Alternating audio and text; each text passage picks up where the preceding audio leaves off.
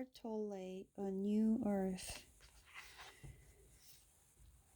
Greed, selfishness, exploitation, cruelty, and violence are still all pervasive on this planet. When you don't recognize them as individual and collective manifestations of an underlying dysfunction or mental illness, you fall into the era of personalizing them.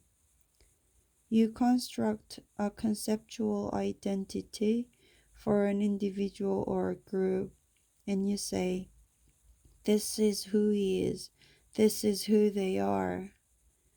When you confuse the ego that you perceive in others with their identity, it is the work of your own ego that uses this misperception to strengthen itself through being right and therefore superior, and through reacting with condemnation, indignation, and often anger against the perceived enemy. All this is enormously satisfying to the ego. It strengthens the sense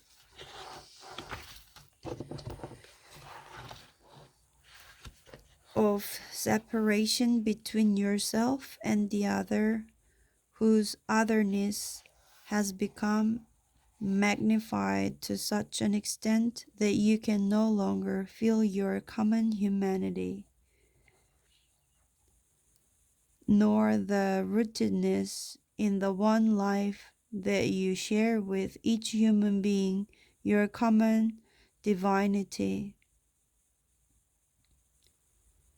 The particular egoic patterns that you react to most strongly in others and misperceive as their identity tend to be the same patterns that are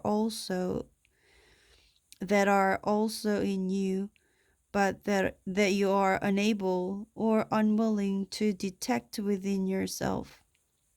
In that sense, you have much to learn from your enemies.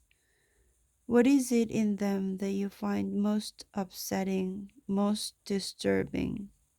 Their selfishness, their greed, their need for power and control,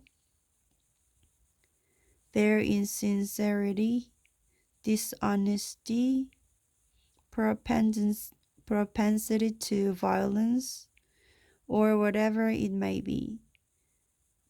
Anything that you resent and strongly react to in another is also in you, but it is no more than a form of ego, and as such it is completely impersonal.